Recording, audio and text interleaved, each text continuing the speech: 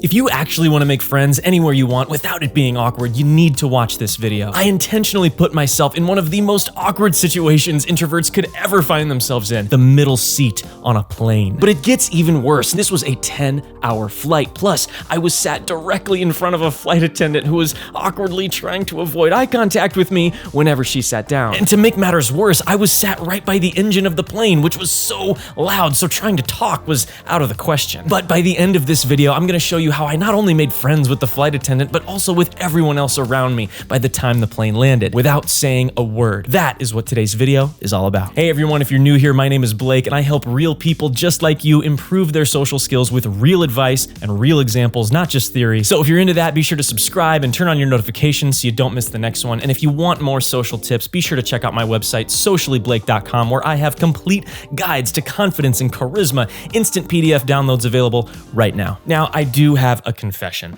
There really was a complete stranger to my right, but to my left was actually my wife. This was our honeymoon, but there really was a complete stranger facing directly at me with no way to start a conversation because the plane's engine was so loud. Arguably, having that to deal with was almost worse than being in the middle seat where there's two strangers next to me, but they're facing away from me. So what did I do to create a connection when she had no chance of hearing anything I tried to say? I actually used an old trick I used to use in school when I was a kid. When the teacher was talking and we were so bored, but my friend was sitting all the way across the room, I would look at him and wait. I would wait until they locked eyes with me, and then I'd go like this.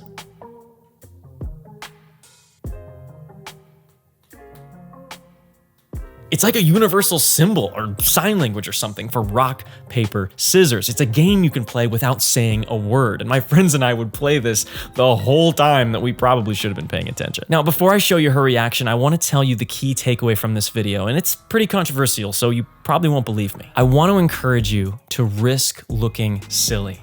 Take the risk being a little immature for the sake of connecting with another person. Everywhere you look online, every social guru on here is gonna tell you the same thing: to stand tall, walk perfectly, smile that perfect smile, speak with the perfect cadence, always have the perfect comeback, be witty, be unbreakable. But man, what if that's not you?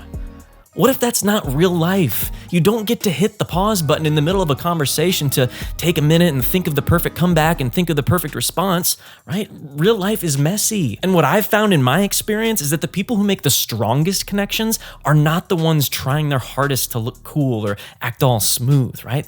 Connections are not made by impressing people. Respect is not earned by having a wittier comeback or always having to say the perfect thing.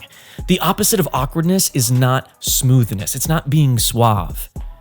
It's generosity. It's making the other person feel seen by lifting them up. It's being willing to take that social risk so they don't have to. When you're the first one to break the seriousness or the awkwardness of a moment by just calling it out or doing something a little silly, everyone else suddenly has the permission to relax. They stop worrying about saying the perfect thing or acting the perfect way because you already proved that you don't have to. And funny enough, everyone loves that person. Now, I know some of you are probably saying, well, that just sounds like jester maxing to me, bro. No, I'm not telling you to become the class clown. I'm not telling you to make every room you walk into laugh or to turn yourself into a joke for entertainment just so people will like you. I'm telling you to stop protecting your image so much. Quit protecting your ego so much. Confident people aren't afraid to look foolish, but insecure people are terrified of it. Some of the most confident people I've ever met have no problem looking a little foolish or ridiculous every now and then. And not because they're desperate for attention, but because they're not afraid of losing it. And there's a huge difference. One person may be acting goofy because they need everyone to like them and approve of them, but the other one acts goofy because they don't.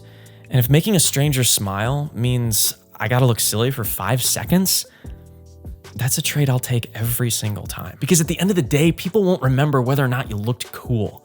They'll remember how you made them feel. So make them feel awesome. When I locked eyes with the flight attendant and made the rock, paper, scissors gesture, the smile on her face, you guys, She laughed so hard because she knew exactly what I was wanting to do, and she could not believe it. We asked if it was okay that we were filming this interaction and if we could film the rock, paper, scissors game, and she agreed. But just like that, the mood instantly went from awkwardly avoiding eye contact, only hearing the loud engine of the plane, to laughter and open conversation. We talked about our wedding, the honeymoon, and the guy next to us even mentioned that some of his relatives just got married recently. She even asked how we decided on our honeymoon destination that we were flying to, which I replied, well, we played rock, paper, scissors.